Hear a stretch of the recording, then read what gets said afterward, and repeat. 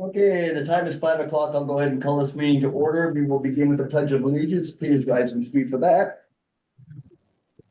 I pledge allegiance to the flag of the United States of America and to the republic for which it stands, one nation, under God, indivisible, with liberty and justice for all. All right, let's get down to it. Start with the agenda items. Well, let's go to public comment first. Anybody in the room with public comment? Nobody in the room. Anybody on Zoom with public comment?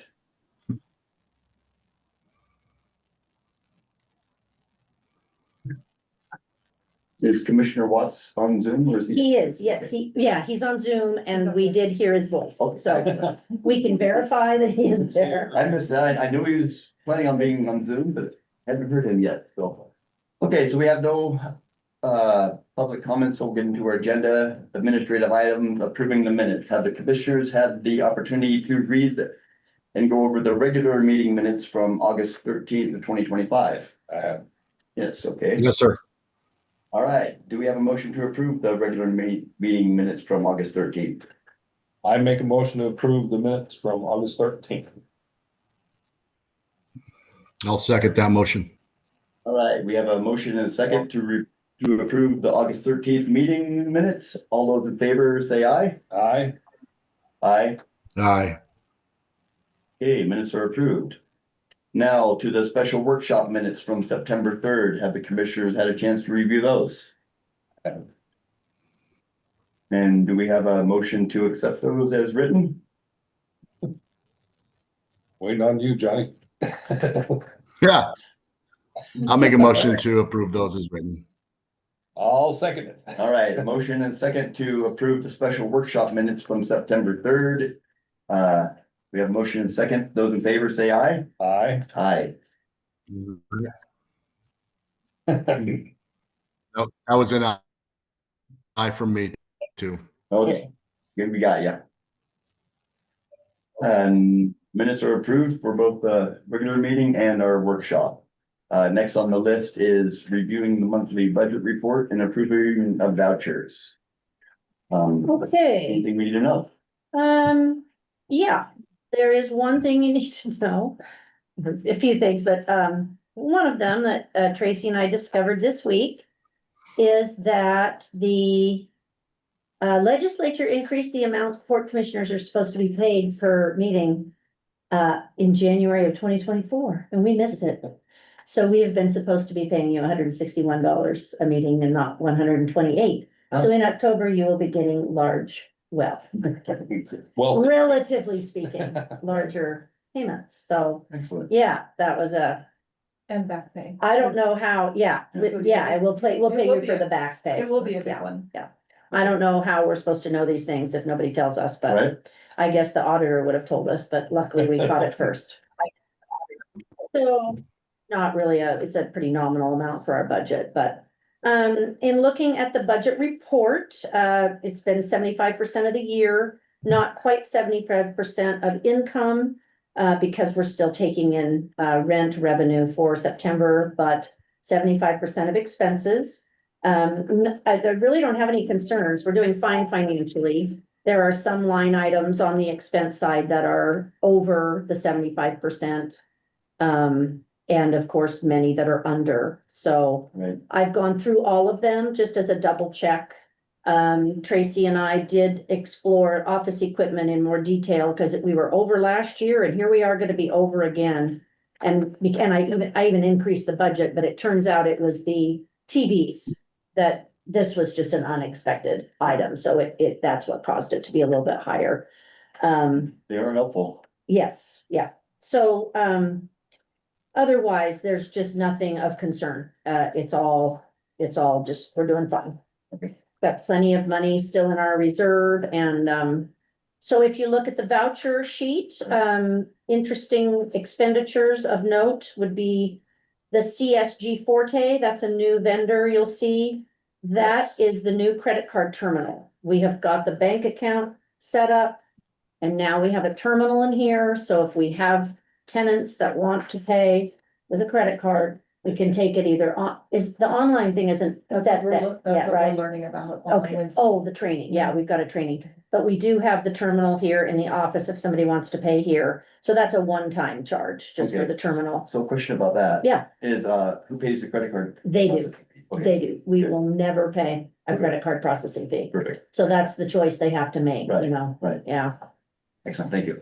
Yeah, and then we have figured out that they're very good at reporting, even though we haven't used, no one's used a credit card, we still get a report every day telling us all the activity of zeros. So, cause Tracy and I have talked a lot about the interface between taking this money and then we have to report that to the county. You know, it's all very, county counts every dime, so we will have to submit that to them as an additional, basically deposit sheet each week. We'll have one for our normal deposits, but one for credit cards. Right. And then we move the money from that credit card only account into the sweep account that covers for the county. So Right. we've got it figured out. Okay. It's just adding a little bit of a step. There are some sesquicentennial expenses on here that are also one-time unusual things. We have the DeJulio displays for $4,142. That is for the banners that are up on Main Street, if you've noticed those. 12, the Divine Hive Mind, 12,000, that is the mural payment. And we have to pay them in, 3 installments, so there's actually 3 checks to Divine Hive Mind, they're just not all together on this report. And those expenses are covered by 8,000 from the task force and an $18,000 grant. Do they know we got that grant? Oh, sorry, duh, yeah, Shane applied to the Wild Horse Foundation and we got an $18,000 grant for the mural. Okay. So it's fully funded, yeah, so when we have that money in the bank. And then the Sandy's U rent, those are for table rentals for the event, tables and chairs. Mhm. I guess that's it for the event, yeah. Nothing else on here is unusual, I don't think, unless you have questions. Urban Partners. Yeah, Urban Patterns, that's the Sorry. architecture and engineering firm doing the craft mall Oh, work. okay. We've been paying them every month. Pass. Yep, it's passed through, yeah. Okay. Okay, So the banners and the mural are pretty much covered by the grant and through the task force? the mural is covered by the grant. The county has also pledged $12,500 for the event, so that will cover murals and some of the other stuff.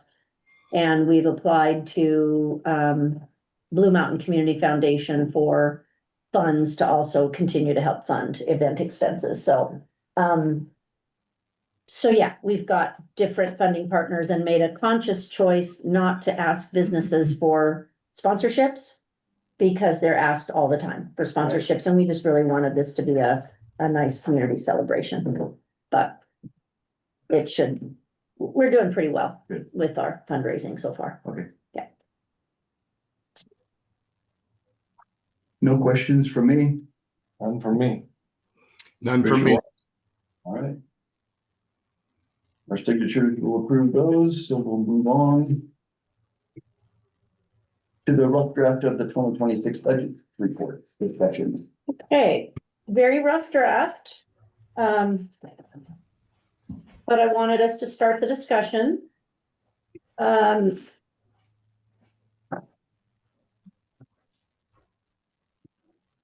I didn't increase, let's see, where should we start? Let's just start with income, I guess. And this is a very rough draft. I did this very quickly last week. Right. So I have not gone through and double checked each of the lease files because some of our leases have automatic increases and those would be added. So I will need to do that. But if you start at the top, I am estimating that we'll end the year with, what is that? 400 and 500 and little over $500,000 or a little over $400,000. I think that's gonna be pretty accurate, which is great. We had, said we'd end the year with about 250. But I've been trying to kind of save up money for the match for the RV project, so Right. I've been able to cover that in this budget, which is great. Tax revenues, I do not know yet what it will be. My budget of 470 last year turned out to be a little bit high because of the Columbia pulp closure, so I've dropped it to 460. Okay. And I'm thinking that's probably a little closer. We'll see when I get the letter. Leasehold tax, is just a pass-through. The industrial building number 2 rent, you see that goes up. That figure reflects the new rate if GSA takes their option for their final 5 years. Okay, Now, remember, GSA canceled the lease and then they terminated their cancellation of the lease. I have not heard from them that they're going to exercise their option, but the employees at the office tell me they've been told they're going to exercise their option. So I'm still waiting to hear what they're planning to do. Nothing else there. I left the railroad as it was because I don't know what we're gonna be doing, so I just left it at the same rental amount for now. Dropped the fiber income by 5,000 just because we've had a full year now, so we can kind of know what, a little bit closer what it's probably gonna be. right. Okay, then miscellaneous grants and loans. Our ADO funding, you know, that has been cut dramatically, Yes. so I've dropped it to about 53,000. I put 55, but I think it's gonna be 53. Okay, I put in 1.78 million for the RV pull-throughs because that accounts for our $100,000 in match. I didn't want to count that since we need to put that in. We have about 4.3 million left on the Curb Craft Malt finance package, approximately. I will do a better estimate of that also before October. And then the new grant for 2.5 million for broadband. So our grant total is quite large. But that should cover all of them. right. Yeah, so that's, So any questions or comments on the income side? do we invest our reserve in the Yes. county pool? Yep, right now we have about 275,000 in the investment pool, so that has earned us some interest income down here. It's Right. been pretty, for years, we got nothing, you know, when the interest rate was so low, it wasn't, it was zero, Yeah, yeah, right. so, County pool has done good for the fire Mhm. district too. yep. Yes, we do. Okay, if there's no more questions on that side, we can go to the expense side. For me, Okay, I'm good. hey, thank you. I did not increase the admin or general salaries. I think I estimated plenty last year, but I may increase it a little bit, but I just don't think I need to move that one. I do need to change commissioners' net salaries now that I've gotten my new information. It'd probably only increase it to about 5,500. But I will need to increase that. The next one, which is payroll taxes, will go up. It needs to go up to about 60, well, be a little bit over 60. And this is with a 3% COLA. I think I forgot to say that. I looked up the Seattle CPI and it was about 3%, a little over 3. So that's what I would recommend for staff, would be a 3% COLA. Let's see. PERS, believe it or not, has gone down. The share that the port is having to put into the retirement accounts has actually been reduced over the last few months. So it's very interesting. I don't know if that means their investments have done well or why that's happened, but it's actually gone down. I left advertising the same. We need to discuss dues and fees. Okay, so we got an bill from the Pacific Northwest Waterways Association for dues that was more than double what we had paid last year. This is a group that I honestly don't really have time to invest a lot of time into. This is the group that pays attention to the Snake River dams. They lobby federally for funding for the Corps of Engineers. They lobby for dredging. They lobby for things of that nature. It's very much a lobbying group. I had Tracy look up the history of dues paying and, oh, Tracy, you gave it to me. Oh, here it is. So, in 2022, it was $750, 23, 800, 24, 920. This year, 2,280, and they are raising it to 5,000. They're just giving us a slow increase. Like cable company.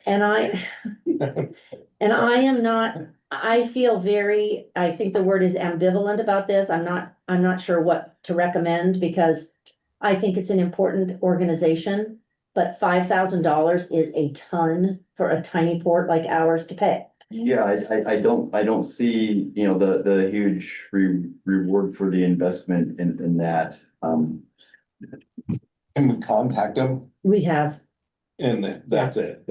That's just a lot of money for a small port like us, Mhm. you know, for limited, very limited benefits. I mean, I understand that, you know, they lobby for keeping the river corridor open and going and whatnot, but it's just, I don't know, $5,000 or $6,000 worth of lobbying. I just don't know that that's. yeah, I mean, the WPPA, which we get great value from, I Right. think our dues are what, $1,000 a year or 1,100, you know, so. I have read a couple articles that were members Yeah. and Washington's ports and Washington's Corps of Engineers has received much more funding than Oregon.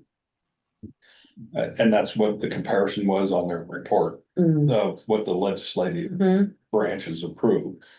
I don't know if that's because of our lobbying efforts. I mean, that's the hard part. I know, that's why I feel so ambivalent, because I understand it's important, but I felt like it was such an increase that I needed to bring it to your attention. Yeah, I you mean, know? it's a really big increase and it seems like our limited funds could be possibly spent better in, you know, other Something, yeah. resources, you know, I don't see what we're getting in return for that money to be.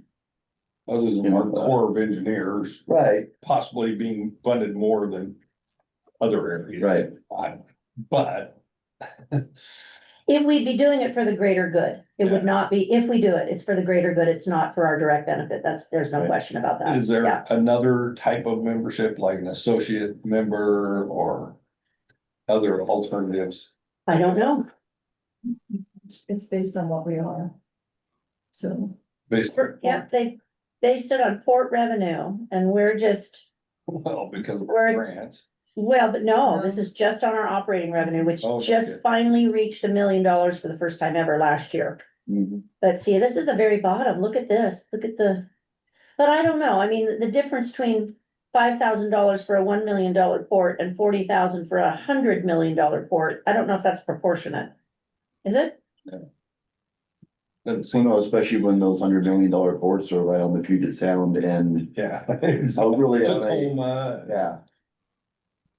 Are really receiving a benefit from this. Portland. Right, cause their dues is 8 times higher than ours, but their revenue is 100 times higher than ours. Yeah.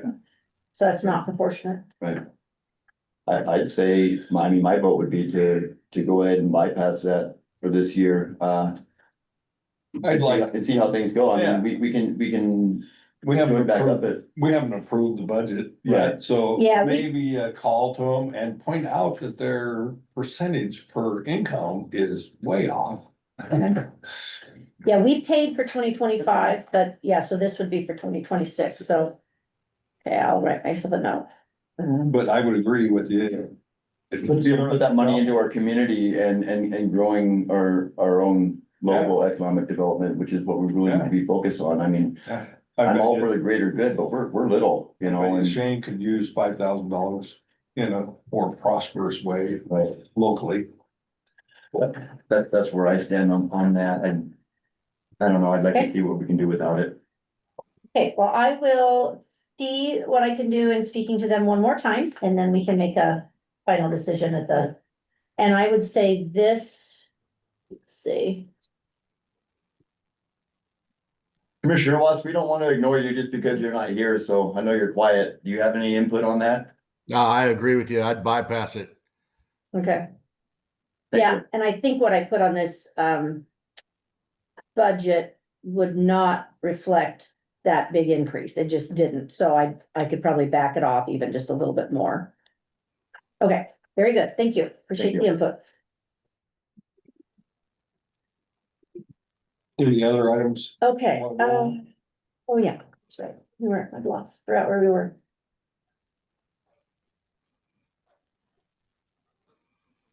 Utilities have gone up so much. So I had to increase that to 55,000 a year, you guys, 55,000. Wow. What was it last year? 48, but it was over. Okay. We were over. About it. And we get, you know, we take, you know, some of it's passed through at Blue Mountain Station. We pay the utilities and then the tenants reimburse us 100% for what we paid. But the rest of it is just paying, you know, for our own facilities, and it just has skyrocketed, and I unfortunately have to say it's mostly due to the city changes. I don't think our power bills have gone, or I don't think our power rate has gone up yet. Really? Cause mine at home sure has. It went up already, because they proposed a rate increase. Yeah, it went up. Mine did Okay, a lot, okay, all right. so. Well, between the two of them. Let's see, I left a lot of other things just the very same. Reduced consultants just a little bit, because I really don't have any big plans for consultants that aren't funded by the grants. Left all the maintenance, capital improvements the same. Then, I added, so I have broadband infrastructure, so that's gonna be the Starbucks project. Maintenance and operations, craft malt. Oh, I added the pull-through, the RV pull-throughs and restroom project, a line item for that. Right. And then the debt service is all the same. There's not big changes on this expense side. They're very, other than the grants, they're very similar to what they were last year, just little tiny shifts here and there. So any questions or comments or anything you'd like to discuss at a broader level? Or shall I go with this and refine it a little bit and bring it back? Are we gonna have any match on the Starbucks E911? Inland Cellular is going to pay the batch. Oh, So this reflects that perfect. coming through, and I'm hoping, and Columbia County, I've asked them for some. Okay. The port will not be paying any of the match, no.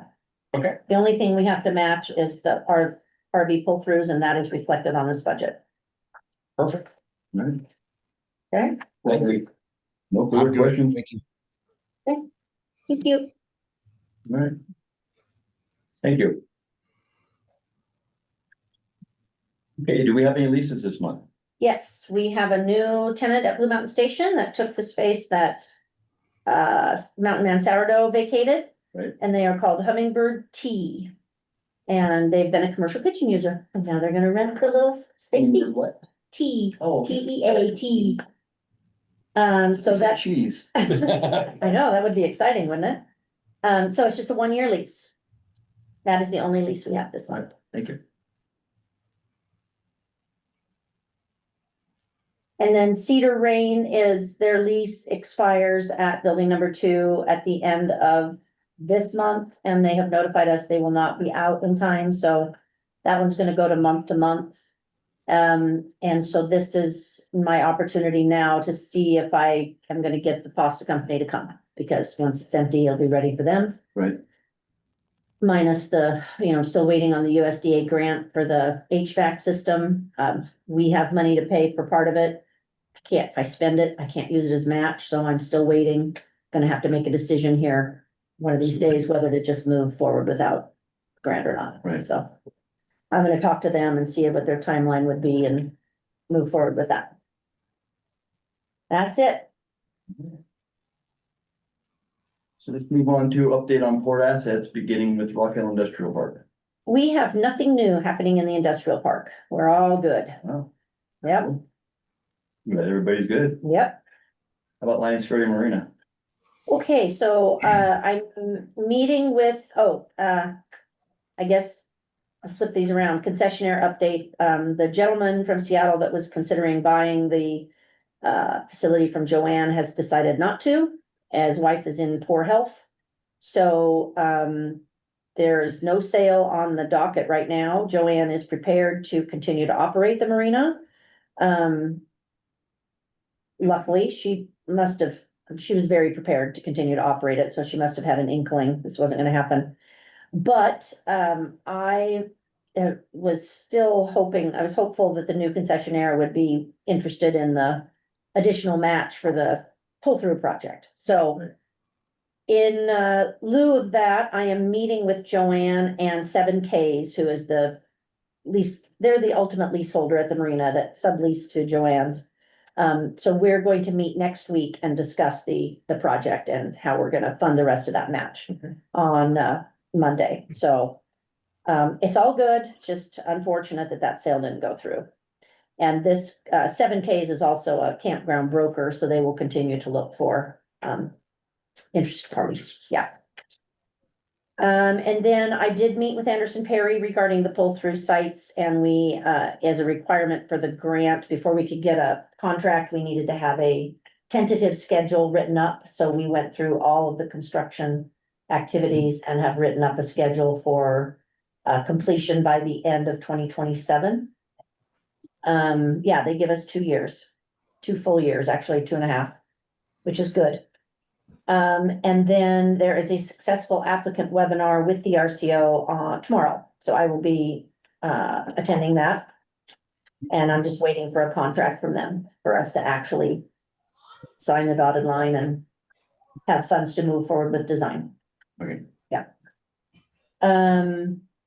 Yeah, that's all I have on the marina. Their restaurants now kind of down to their fall hours, you know, they're closed during the week. The restaurant part, store's still open, the restaurant part's closed, and then they have deli sandwiches and hot food in the, you know, deli and that stuff on the weekends. So that's all I have there. Okay. So what's going on with Blue Mountain Station? Okay, we've been working for quite some time on the lease negotiations with Main Stem Malt, and so I have given a deadline of October 8th for coming to agreement, and have pushed for the 2 attorneys to talk directly, and I believe that is happening. So my goal would be to have a lease in front of you, if there's gonna be one, on October 8th. My concern is just continuing to spend money on a project that we don't have a lease for, so. Sure. So that's deadlines coming up. In the meantime, we have 100% design documents complete, and they've been delivered. Urban Patterns has been excellent to work with. So now, it's up to Phil to use those drawings to raise the remaining funds for his portion of the project. Cause he has loan, and then there's also some equity that has to be raised. But he needed those documents to be able to do that, so we have fulfilled that part of it. Now it'll be up to him to do his part. And. Uh-oh.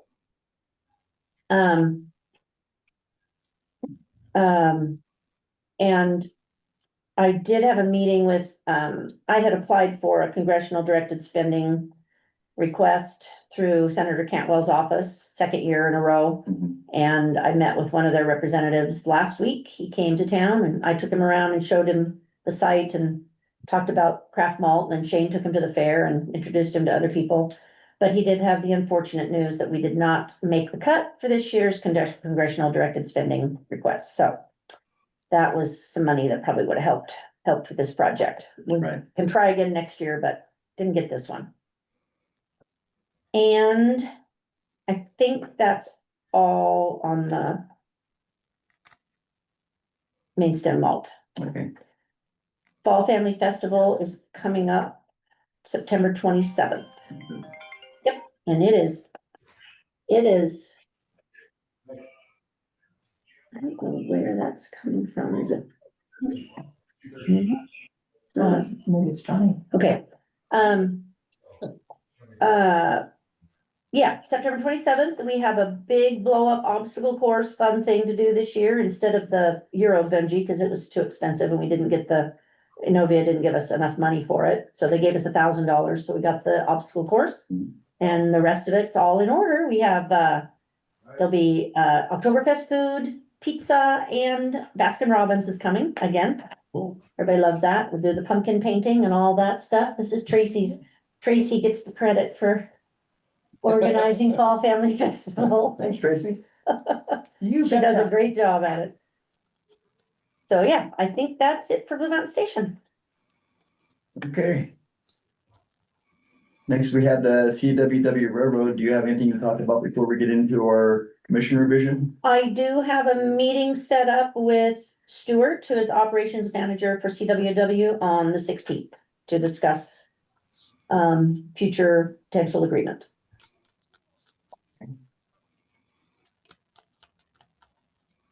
I wanted to make sure they were interested in following up on a potential agreement, and the answer was yes, so we've got that meeting set. And Paul has asked me to meet with Stuart instead of him, so Okay. that's why it's Stuart. So that's all I have on that next steps. Okay, then I guess we will go ahead and get into the commissioner vision for the rail line.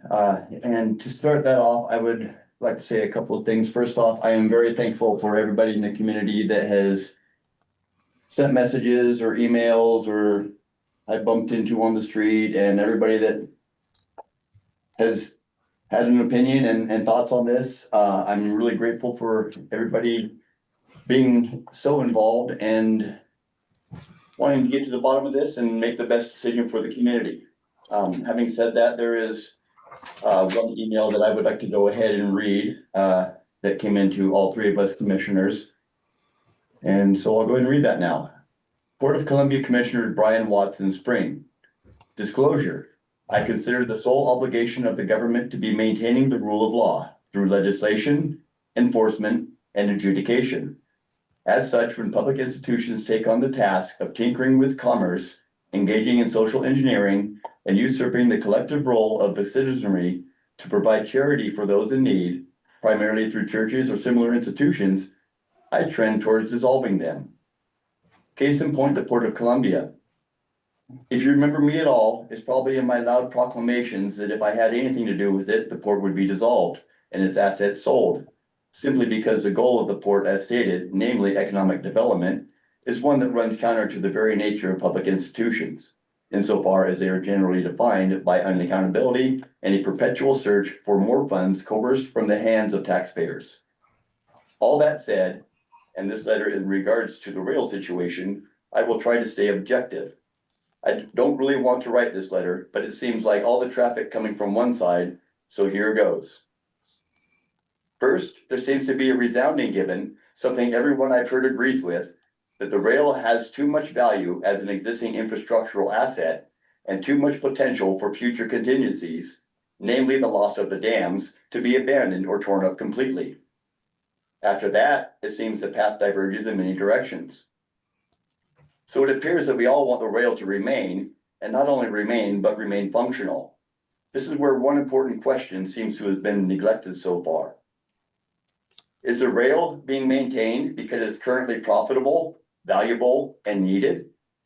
Or is it only being maintained against the day that it is all those things?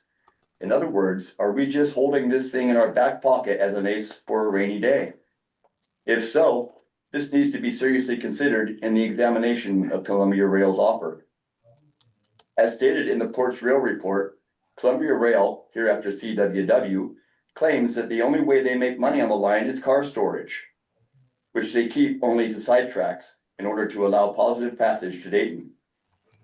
If such is the case, then this rail is not much of a going concern. Consider that in the private world. The sale of a business is primarily based on multiples of earnings.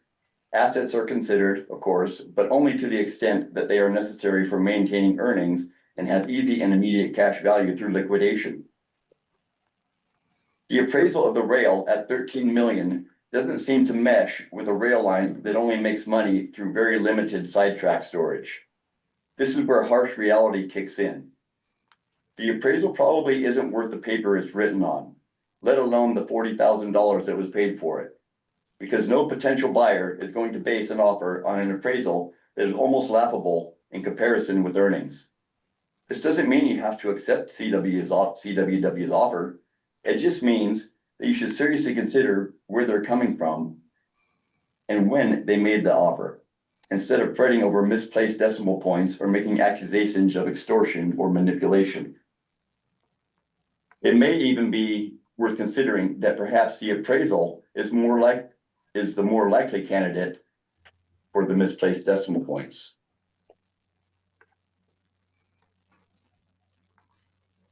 Another consideration as to the realistic value of the rail takes us back to 1996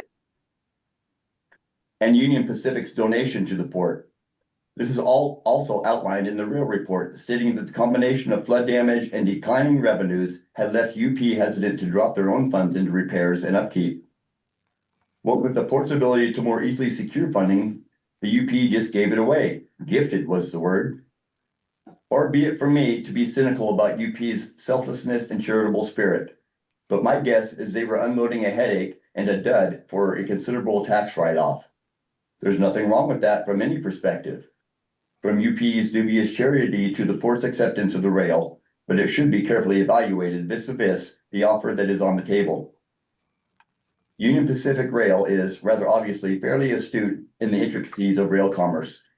However generous they were feeling that day, they're not going to dump an asset that will be worth 13 million in 30 years. And they will be able to pretty accurately assess that. They simply evaluated the pros and cons of keeping it. Saw more cons, realized that it was unsaleable or at least too burdensome to sell, and took the quick tax write-off. Let's go back to the first statement that everybody agreed on. We want to maintain an active, well-maintained rail system between Dayton and Walla Walla, even if only to secure its function for future need. I hear a lot about the risk involved in selling the rail regarding its continuing existence, but I don't hear anything about the risk involved in not selling it regarding the same. The question must be asked, under what authority is the rail most likely to be maintained in a state of function? Is it better odds than an actual rail operator with ownership incentive and direct accountability to his own bottom line will keep it steadily within the bounds of function and profitability? Or is it more likely that a government body with no experience in rail commerce that is only accountable to its ability to secure grants from a public that is increasingly reluctant to keep giving them, more likely that they will keep it going? I get it. I'm not being entirely objective in the way I pose those questions, but disregard my wording and create your own. Under which ownership 10, 20, 30 years from now would the rail most likely remain operational? In the case of it being the port, how will they go about that? Is Mr. Dedalius an aberration in the rail business? Is he unreasonable? Will these other phantom interest parties see value where he does not? Will they gladly go about leasing it in perpetuity, matching grant funds and explaining themselves at port meetings and listening to everybody bitch about the needs, about the weeds and the upkeep, and where's the dinner car at? Will they be satisfied with a lease that lives under the watchful eye of, not being derisive here, just honest, of a handful of government bureaucrats that know very little about rail commerce? Will they be satisfied with the deal that subjects all ambitions to the glacial decision-making of the port? Seems unlikely. Or is the port going to run it themselves? Dedalius may be a biased source, but his comment that port operation involves a very expensive learning curve, financially and staff-wise a loser for most governments, very few ports or counties attempting this anymore from the rail report, seems like it would be accurate when considering the logistics of a port-operated line.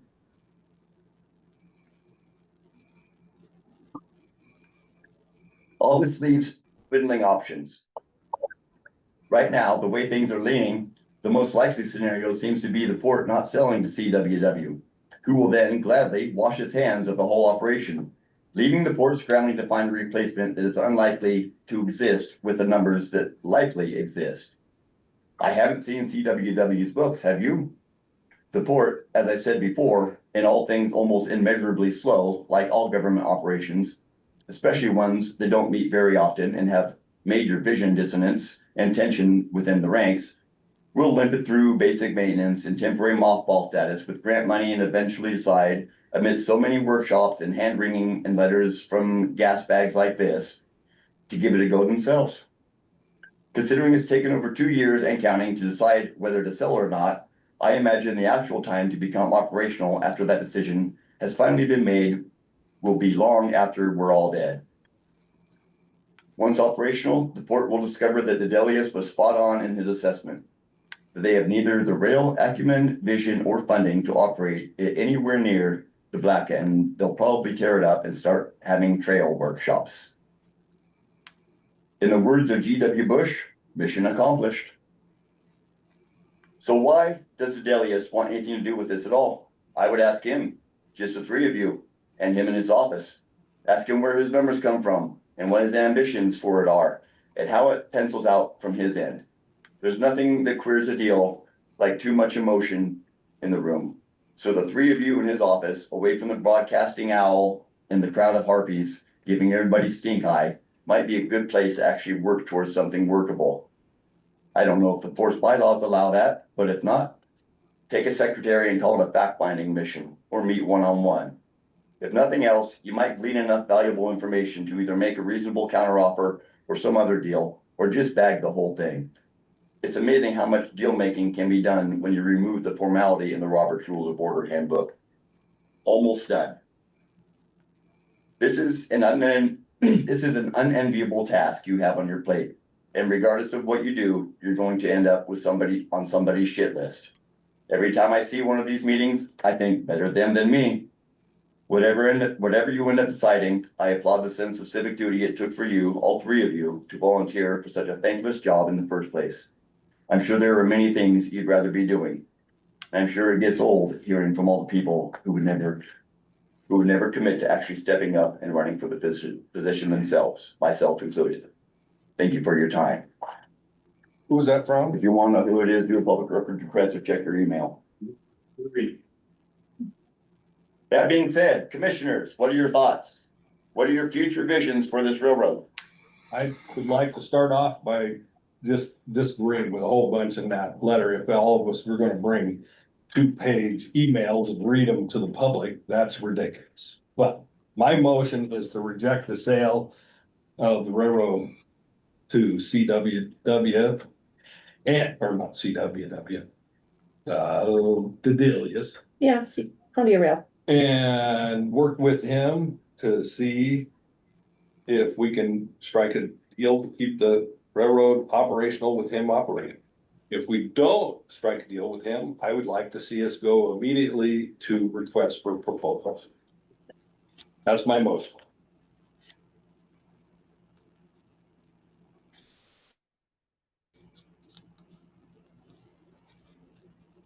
You're making a motion. I don't hear a second. That being said, my vision for this rail line is for it to remain open, to remain operable, and to remain serving this community. And I think we've done a great disservice to the current operator through not even giving this rail report essentially the time of day. I feel like all we've done is look at the numbers and say, okay, that's all I need to see. I'm not even going to consider the rest of the information in there. I think it disvalues the efforts and the work that went into by our staff and our attorney. And all we're doing is saying, okay, we can't come to an agreement right away on the numbers, so we're just gonna brush the whole thing under the table. And that's essentially what happened in our workshop, is that we're too far apart, so we're just gonna move on. That's not true whatsoever. You have spoken that Dedelius is the only person that can operate a railroad. There's other vendors out there. We haven't even explored those options. I'm not saying we should go there. Johnny Watts is the one that said we should sit down with Dedelius and try to work forward.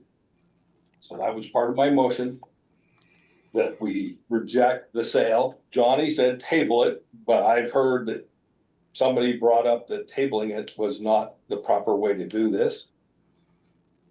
The railroad makes money through its leases to landowners. It makes money from car storage, it makes money from Seneca, makes money from Walla grain growers and Northwest grain growers at this point. I don't know what those figures are. I would love to see those figures. I don't know if he's making money or not. The appraisal of the railroad was done by the same appraiser that appraised the Tacoma line that the Delius bought, that said it was just such a great deal. He bought it for 65% of the appraised value, if I, It was 80. 80% of the appraised value. $1 million, if you can stretch it that far, for $13 million isn't even close to that. So it's about the money.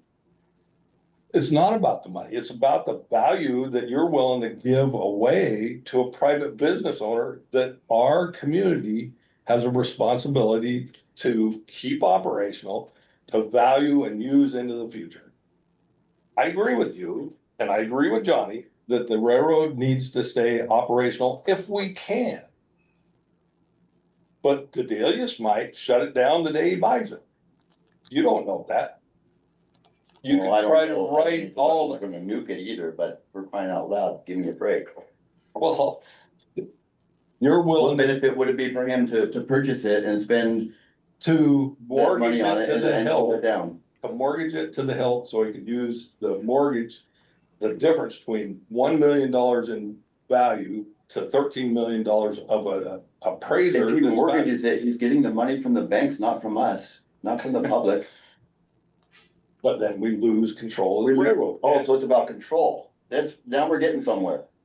Oh, come on, Seth.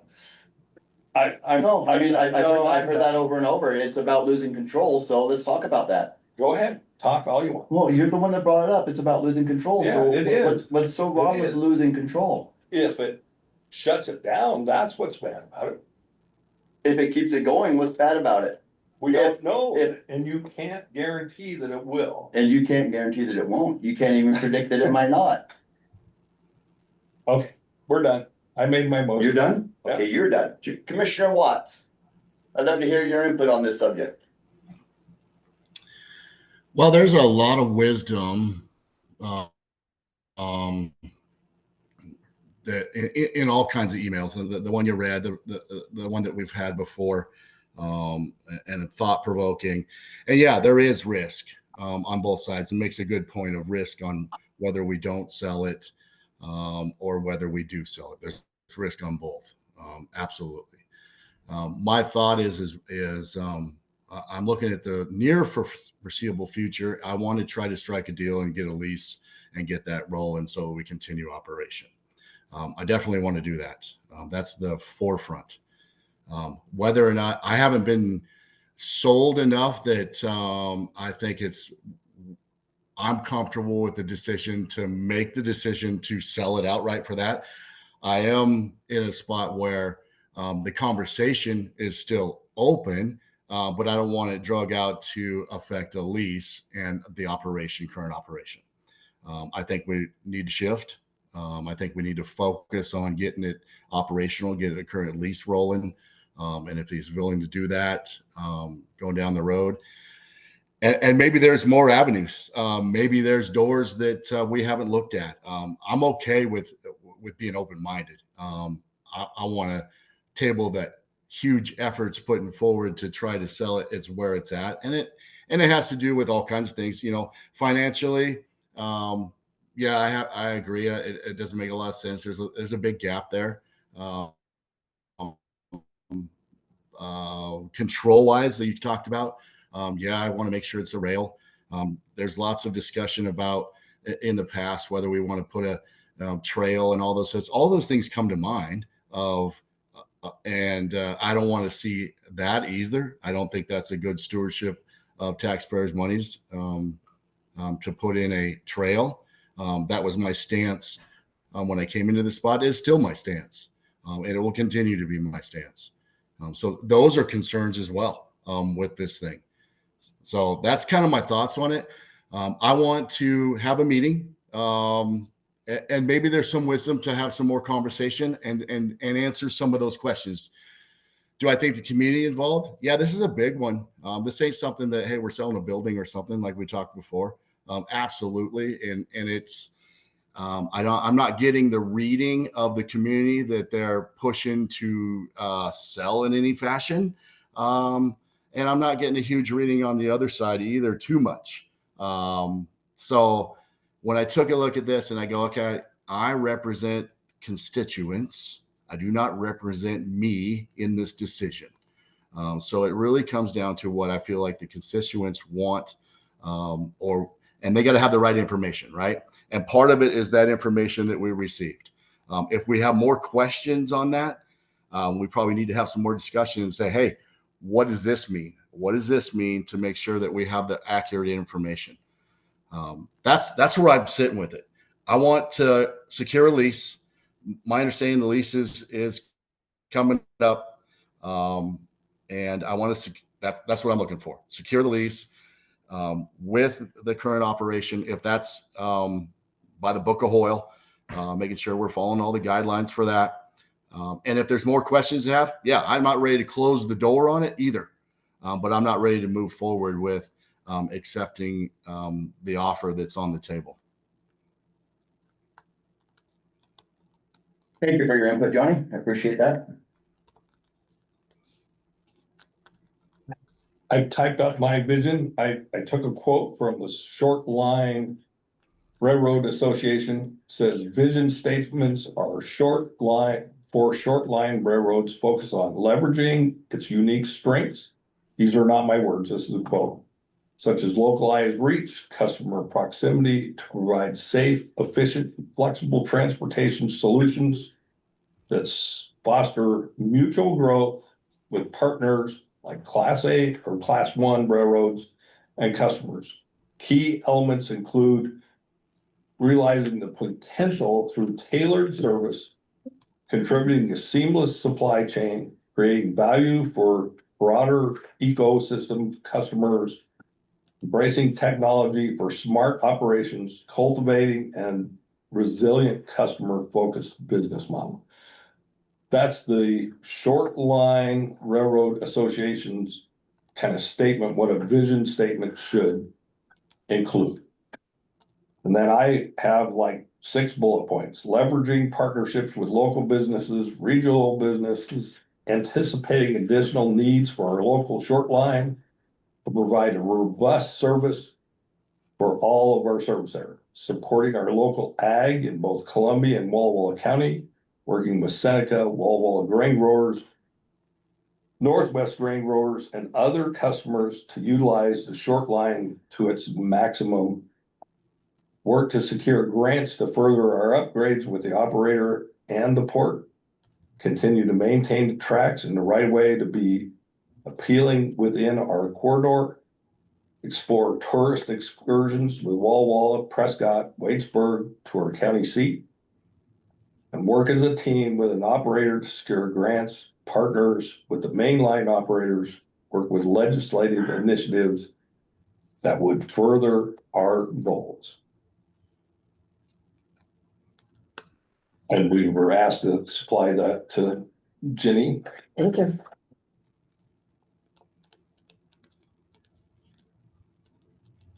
Thank you, Commissioner.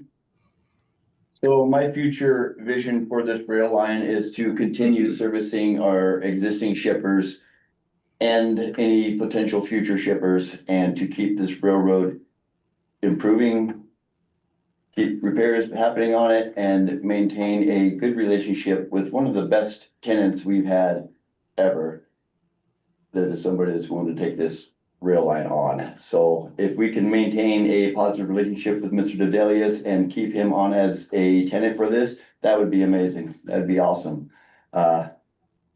If he bails, I can't say I blame him, but that's up to him. And if he does, then come January, I'm not gonna be here. Y'all must find somebody new. And I don't see any point in setting out a RFP or looking for anybody else when we currently have one. So I would like to give Mr. Dedelius every opportunity to remain as our tenant and continue to service the existing shippers that he already has established relationships with and see what he can do with it. It's been pretty clear the port hasn't been able to do a lot with it when it's been under our control, and he's been able to make some significant progress in his repairs and improvements, so hopefully he's going to continue to perform work on there and keep things going. Outside of maintaining relationships with tenants and shippers, I think that's probably one of our best hopes at this point. Yeah, you make a good. The other point that I'd like to make is, how much skin in the game, additional skin in the game, and this is not a derogatory to history or the past, but we're talking about moving forward, right? How much more skin in the game does the port need to put into it to assist with the feasible operation? How much more money? How much more time? What does that need? What's our investment? If it's truly an investment or an asset, what are we willing to invest into it to keep that operational? What do we have that's available to do that? So those are conversations I'd like to see, because if you keep going down the same path, you're going to be in the same spot years from now. And if we're talking about improving it, not just just kind of milking it along, we're talking about improving it. That means we're going to put some more resources and efforts into it to do that, along with whoever is operating it, the operator. I agree. Yeah. Which means we're going to have to start looking into federal funding grants and pretty much every option that's available on the table for us to see what we can come up with. Yeah, so it might turn into a focus in that direction. Yeah, I agree. I'm not necessarily. I mean, grants aren't free. They come from somebody. And on the conservative side of fiscal conservative, that's always my thought process too. Is if there's just not bags of money laying on the side of the road, that it didn't come from somewhere to get that.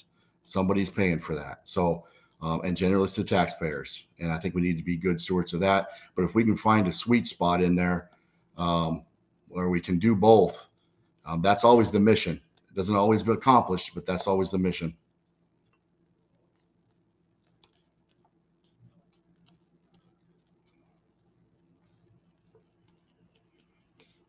So short of being a larger budgeted port, how would we come up with those funds, Commissioner? That's a quality question. Right. Yeah, I'd have to. So, I take a look at it and say, all right, we just talked about our revenue is more than it's been historically, correct? Yeah. We're in a better spot than we've been in if we continue the trajectory, and then taking a look at what monies can be spent, right? Certain monies can be allocated to spend where. So you'd have to know what you can spend money on from the budgetary items with that. So I don't have the answer. I got more questions than answers on that, but I think that's where you need to look, is unless you want to continue just status quo or worse, it needs to be a focus if we're going to be a steward of this asset. Otherwise, the risk starts going the other direction. Exactly. I believe that we haven't reached out to partners like the Northwest Grain Growers, Walla Walla Grain Growers, Seneca, the new craft malt facility that seems to want to be able to use rail, and others that could use the rail. We haven't even explored those opportunities and how we could partner with them.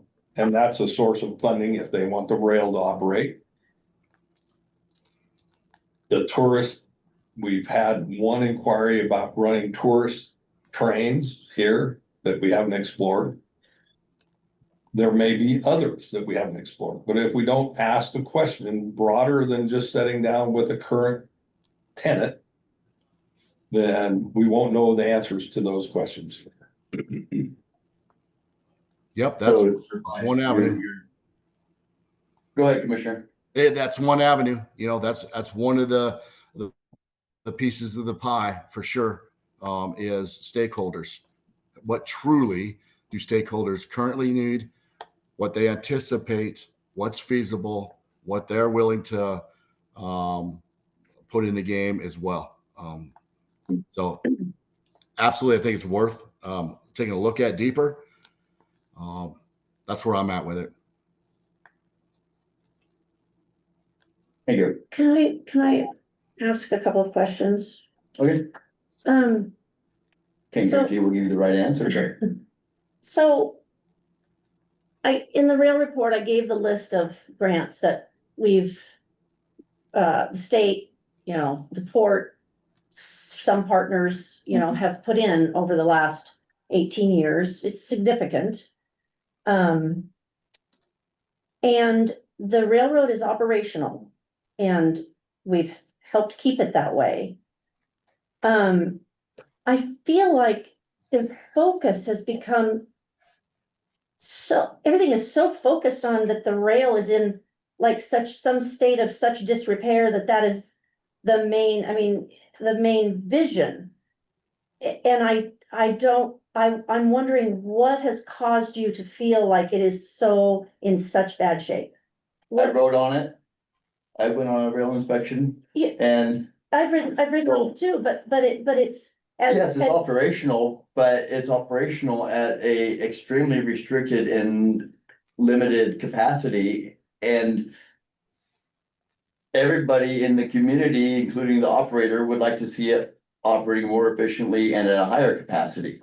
In order to accomplish that, there's gotta be Okay, some improvements made. Okay, so I didn't hear that though in your guys' vision. I did not hear that you wanted it to be like at a capacity for passengers. That's what I'm trying to get at is it, if it's just status quo, as Jacob said when he was here, this line is in no worse repair than what the state owns, and they get a lot of grants for it. So that's what I'm curious about, is what is the increased level that you are looking for? Do you want it to be able to take 256,000 pound cars, passengers? Is it just a higher speed? What is it exactly that you're looking for?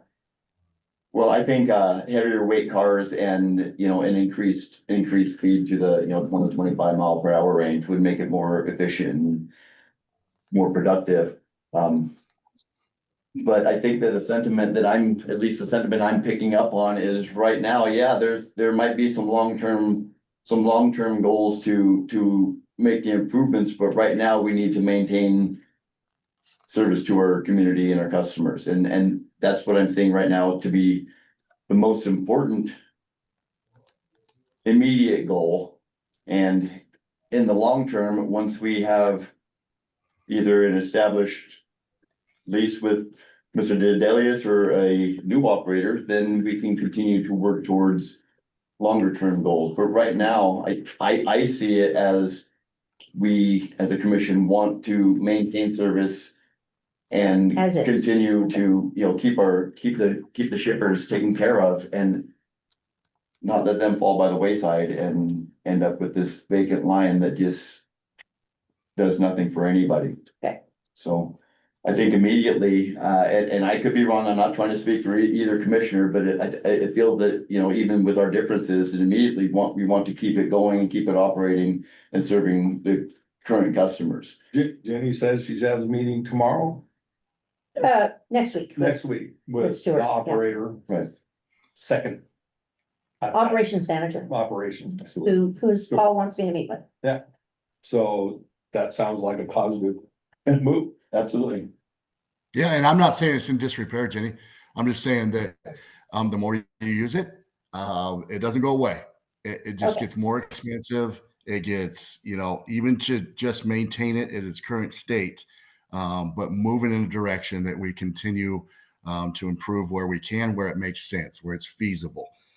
If you only have 4 cars running on it, It's not really feasible to put a bunch of money into it other than just keep it operational, right?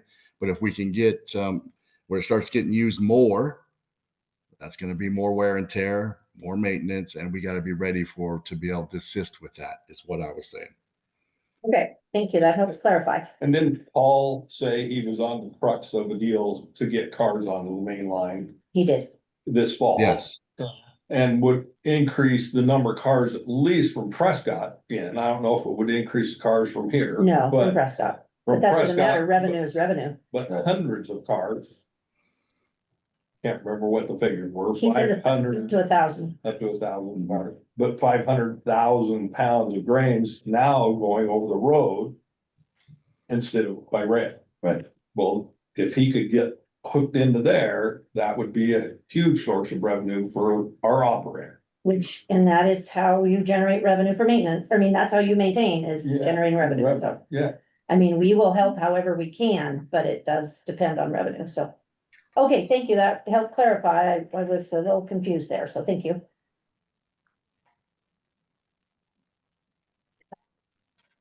Anything else you commissioners would like to add on the railroad discussion? For our vision anyways. Not at this time. Okay. So let's talk about next steps on maintaining operation. Obviously, we have to have an operator. Yep. To maintain operation, and I guess a lot of that's gonna come from this meeting that you have with Stuart. And we can see how that plays out and what their thoughts are. I don't know what I really could add to any of this at this point until we hear what happens with that and what their interests and objectives are. Yeah. So, if you guys have anything else to add, I'm happy to listen. If I not, we'll don't at move this on. time. Nope. I think without that information, really nothing to say. All right. Thank you, commissioners. We will move on then from the railroad discussion, move into broadband. What do we have going on there? I'm working on an IRU with Inland on that Starbuck and E911 project. We've met with them a couple of times. So working on pre-contract documents, which required them to put in a letter verifying the match, which they have done. I just got it today. So then I could send the documents to Curb and get a contract in place. And I'm going to Starbucks City Council on Thursday night to talk to them about the project and explain what's happening with them. And yeah, so it's going along nicely, going along fine. That's really it. help Starbuck out. Yeah. Yeah. It'll be great. They get ignored a lot. Yeah. And they feel it. Okay, move on to community and economic development. Oh, can I do bead? I'm sorry, I didn't do Yeah. the second bullet up there. So the preliminary award, from the state, for our area is Inland Cellular. They have been awarded over $300 million to provide, better broadband access to the rural portions of the county. So it will not be fiber to the home, but it will be some sort of improved wireless service with a hybrid, fiber and wireless. So that's a very big deal. The state they have not received final, approval, but I just had an email from the state today saying they had submitted their plan to the feds for approval. And so that's what we're expecting to happen. And they're gonna do Walla Walla, Columbia, Garfield, Asotin, Whitman, Lincoln, Adams, almost all of Eastern Washington. All right. So very, very big deal. Probably will be involved to a certain extent on how we can work with them to extend our existing broadband systems, our existing fiber that would then help their wireless system. They'll probably hook into our systems wherever they can. Mhm. So This I guess it's good. They've new fiber been a good might partner. be an interest to them. Oh, well, it is. Yes, yeah. That's why we're working together. Yeah. So, yes.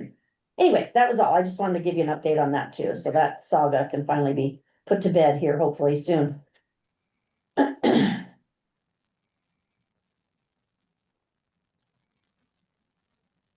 Okay, thank you. So now we'll move on to community and economic development, beginning with staff reports. Okay, I wanted to talk, I'll just do Shane and mine kind of all together. We had the fair, we put a lot of energy into the fair, particularly Shane. He did the entire display in the front of the pavilion for the sesquicentennial. Tracy helped with the timeline and was a good support staff, and it was beautiful. We've heard a great number of compliments on it, and he did get some very big ribbon awards. So that took a lot of work, and he also was very supportive to the whole pavilion effort. I don't know if you guys know Rose, that is the pavilion volunteer. She's just works her tail off, and he stayed and helped her a lot of extra hours besides what he was doing for us. So that was very nice. And then in continuing that theme, we are working very much on the sesquicentennial event on October 4th. We have a good schedule of events prepared. We have to finalize it with our committee this Thursday, but we do have it on our website now. We put a news post on the front page, and we did put the schedule up there. So it will start, there is an art walk from 10 to 3. At 11 o'clock will be opening ceremonies, and we are gonna have the dignitaries brought in by Stagecoach. I did talk to the railroad today, and I think they are gonna bring the Lincoln car, but because there was no railroad in 1875, we thought the Stagecoach was the better method for bringing in the dignitaries. From 11:30 to 1:30, we're gonna have a Meet Your Neighbor Chuck Wagon lunch catered by the Q, and that will be free to the public, but quantity is limited, can't feed everybody. So there are tickets that will be required, they're just free, and so we have a list of local businesses you can pick tickets up from. Then there will be a downtown guided walking tours and living history vignettes. So for example, we will have someone playing the station master at the depot, Mr. Boldman at the Boldman House, members of the Confederated Tribes, the Lewis and Clark encampment, and Sacagawea at the meeting spot at the Tushie River, a school marm at the schoolhouse, a soldier at the Dodge quarantine cabin, Jacob Weinhardt at Hotel Hardware, Jesse Day at Hotel Dayton, Minnie Moe at the Liberty Theater, Marcel Petrisky at the Purple House, Elizabeth Forrest Day at the library, and Elijah Ping, who was instrumental in forming our county, at the courthouse. So those will be just little living history vignettes with a tour around town. From 1 to 1:45, sauerkraut and stories with Mr. Stein at the Boldman House. 3 o'clock ice cream social, that is also free to the community. That'll be on the Columbia County Courthouse grounds, hand dipped ice cream and Weinhardt's old fashioned root beer floats. And then at 4 o'clock is the closing ceremony and the unveiling of the mural. That will be fun. You'll notice a giant semi parked in front of where it's gonna Yeah, be painted right now, in hopes of keeping it under wraps. We'll see. Yeah. So we're excited about that. Still lots to do. I am planning to do a mailer to every household. So there'll be one going out to Columbia County, and we're gonna do Garfield County and Waitsburg. Nice. So, yeah. So lots going on there, but it's gonna be fun. Yep. Let's see, what else did I have on my list? Been working with Curb on their rural program. Went to a Visit Walla Walla Destination Leadership Team ribbon cutting at Bennington Lake last week. One of the first projects of that committee was some signage for the trails around the lake. So if you get lost, you know where you're going. They will be meeting in Dayton on October 2nd. Shane reports that Project Clean Slate, nothing new, but they are in the process of that business is buying a building downtown. But nothing has changed since last month. Shane attended the Northwest Economic Development class in Olympia, the 18th through the 21st, and got a certificate for that. And he is continuing to help a community member with Harvest and Harmony, which is an event on October 18th at the fairgrounds. Community event focused on health, wellness, and good living. There's gonna be all kinds of fun vendors there sharing information about all kinds of things. Anywhere from homesteading to how to maintain your car yourself at home, winterization, all kinds of things. And I think that's plenty there for that report. And I have nothing on housing. Okay. That brings us up to Dayton Development Task Force, Commissioner Spring. Last meeting was August 26th. Really, the highlight is Belinda's reported that the date for the community town hall meeting will be September 24th at the Scotsman Event Center. I'm not sure what time that is, but I'm assuming in the evening. I mean, business as usual. Pretty much.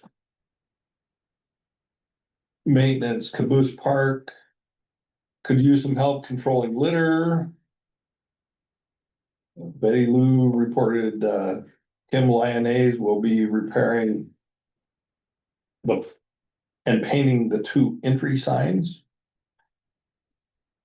I know there was also in the interim, a mini meeting up at the campground, I guess, for lack of better terms. Lewis and Clark site. Yeah. Kind of Lewis Park, campground. looking at some maintenance issues there, so. That's really the highlights. Appreciate you bringing that to us. So that brings us to the end of our regular agenda. I will ask the commission if they have any final comments, questions, anything. Adam? Commissioner Watts? I'm good. Thank you. Thank you. All right, then we will open up for our final public comment period. Any public comment in the room? Yes, Go ahead. Scott Hudson, Dayton, Washington. Yeah. I attended the workshop and was really excited to hear that tonight that the commissioners were going to share their vision for the railroad of what that we could do over the next many, many years. Economic development takes 10, 20 years. We don't just live in the moment and all of a sudden it happens, and economic vitality doesn't happen that way, and we don't create jobs that way. And I thank you, Mike, for a vision of, you named off several things that that I believe in as well, that could, one, create jobs and commerce by utilizing that railroad. I think keeping a status quo, which is what it sounds like we're leaning towards, is a mistake. I think that we need to make sure and have our vision, our total vision for what's going to be 10 years down the road, 20 years down the road, and make sure the operator either we have now or an operator that we can find is going to be able to supply the railroad for that vision. And I think anything short of that is not doing the job that the port is here to do, which is the lead economic development agency within the county. And so I would encourage the commissioners to take their time, list their visions, and look 10 years and 20 years down the road of what that can do for Columbia County. And it can change this county greatly and add many, many jobs and lots of commerce. Thank you. Anybody else? Go ahead. Chuck Ketterman, Columbia County resident. I'm curious as to why it's now become the responsibility of the port to do the marketing for this vendor that you have. I haven't heard that he's approached or done much work at all with even his current clients, let alone future clients. Just curious. I mean, certainly you want to facilitate anything that you can, anything that you can do to help. But my goodness, I mean, a businessman goes out and looks for business and tries to make his business more profitable. It sounds like to me that he wants to turn that all over to the port, or the port wants to take on, some of the port wants to take on that responsibility. It doesn't make sense to me. Thanks. Anybody else? Anybody on Zoom? Speak now. Okay, unless there's any last minute interjections, we will call this meeting adjourned at 6:19 p.m. Thank you, everyone. So is that on?